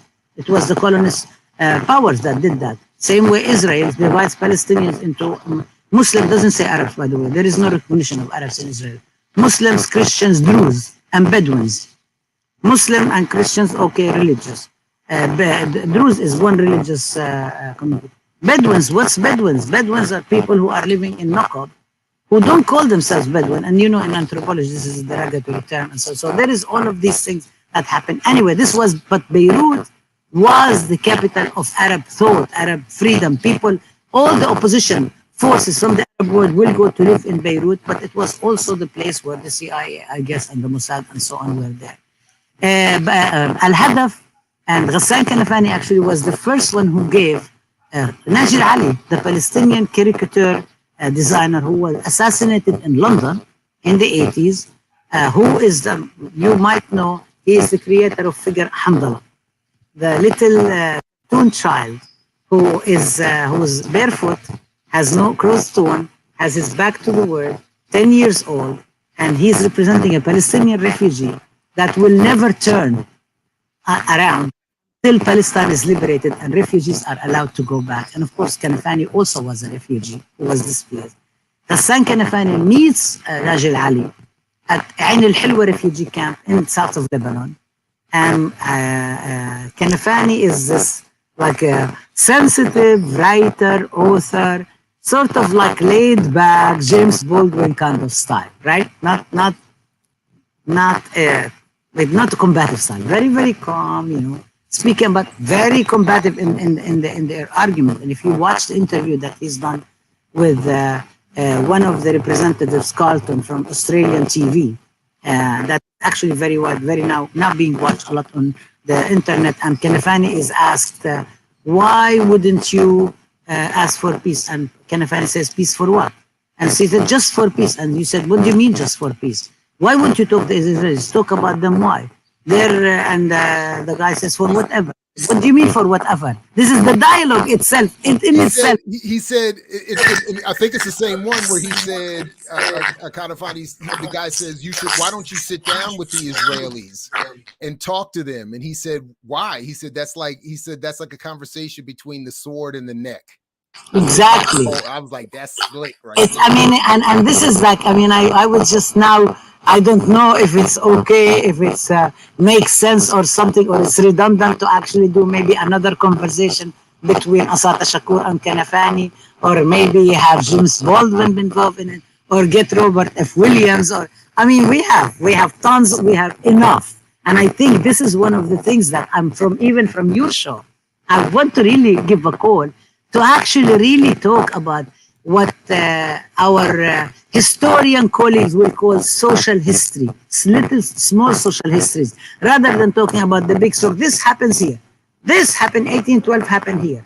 1812 now because they're talking about a lot of Ukraine and so on, and they think this is really an important 1812 overseas. But Kanafani was the one who actually introduced, asked Najil Ali to put his paintings, drawings in Al-Hadaf.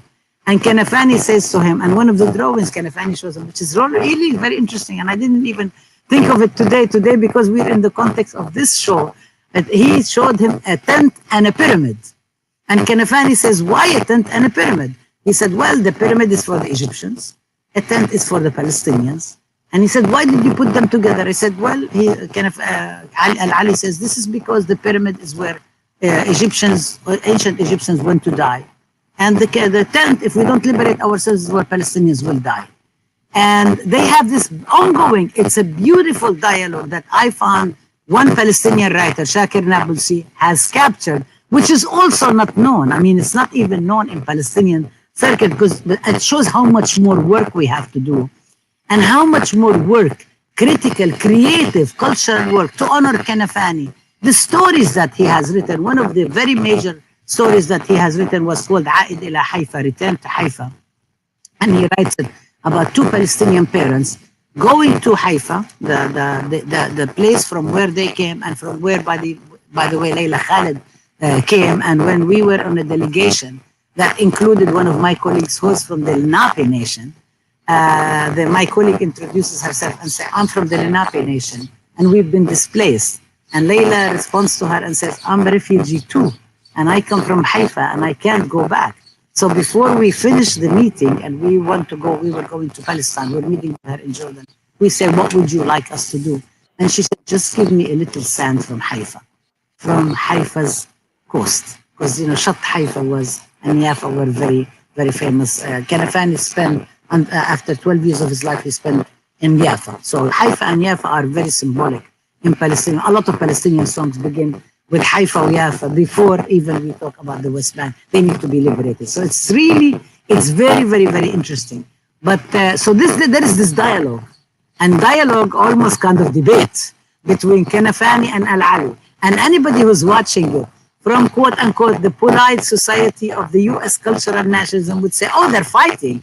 And we always say, no, we don't fight. We're actually debating with each other. We're arguing because every one of us is pushing the other in the sense of critical race theory, in the sense of critical race theory, critical criticism, and race in placing race in the place of actually also its material context. We're always debating with each other. We argue, we fight, we scream at each other and so on, and then we go have dinner with each other because we are in it, because we have a collective project to do so. So this is a beautiful, beautiful, beautiful dialogue that yesterday, I guess last week when I was reading more and more and more, and now somebody asked me to find out where Kanafani and Najil Ali met each other. And to me, it's very important because we have a mural at San Francisco State University that the Zionists and the university administration forced us to remove Hamdallah from it, the cartoon character from it, who is holding a pen in one hand, which is my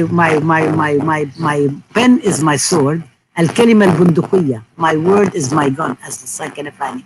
And in the other hand, he's carrying a key, and on top of it is written Al-Awda, return, which symbolizes the fate, because majority of the Palestinians are actually refugees. And the United University refused to allow us to have Hamdallah on it. So Hamdallah had to be removed. We placed in his place cactus, symbolizing the over 532 Palestinian villages that were destroyed in 1948. But on the day of the inauguration of the mural, all the Palestinian kids, and I think they would, forgive me for saying kids because I'm much older than them, and all the black kids and indigenous kids and the Latinos and the Asian, all of them came wearing t-shirts with Hamdallah on them. So now Hamdallah lives even. If he had been on the mural, he might have not been even seen as much. Yeah. Another connection I just want to say with Hamdallah, because I think it's also very interesting for your readers, and it's very close to us. At San Jose State University, there were two black athletes who won the gold and the silver medals in 1968 Olympics in Mexico, right? Mm-hmm. And when they received their awards, they raised their fists, mm-hmm, and they refused to the OSE, which we talked about, the anthem that does not speak for all of us. This is not we the people, right? We know this is the cultural nationalism.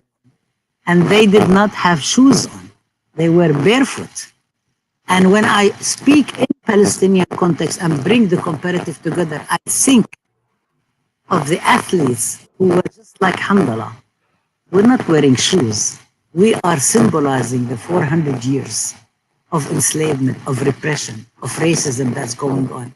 That then becomes also culminated in the manifesto, I would say revolutionary manifesto, that Assata Shakur writes into my people. I mean, she's all her writing. This is, I was assigned this piece, so I was just enamored with it and so on.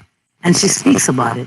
And so this brings kind of like, there's the Hamdallah, and it's not the same. And I don't want to say we're all Hamdallah. I don't want to say we're all Tamili. We're not. This is different context, but there is so many similarities that bring us together.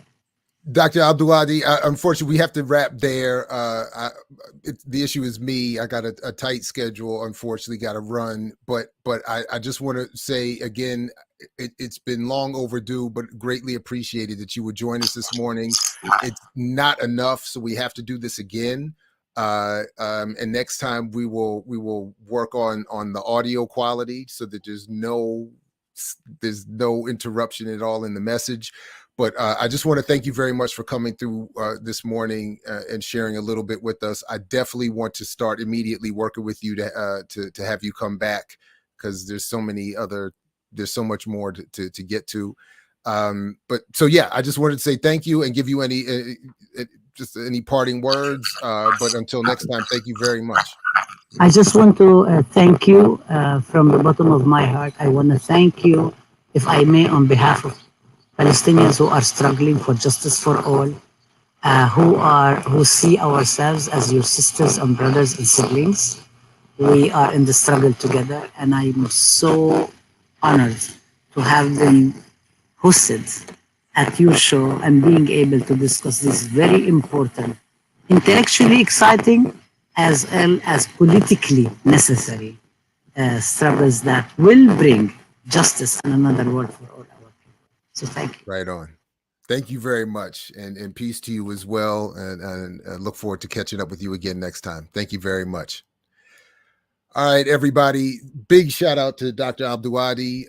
Thank you to you, Geechee, to everybody in the chat. Forgive the rushed abruptness of my ending here, but definitely just got too much going on right now. I got to run, but please stick around and check out the rest of the platform. Make sure you got all the bells and everything clicked and linked, and do all those things.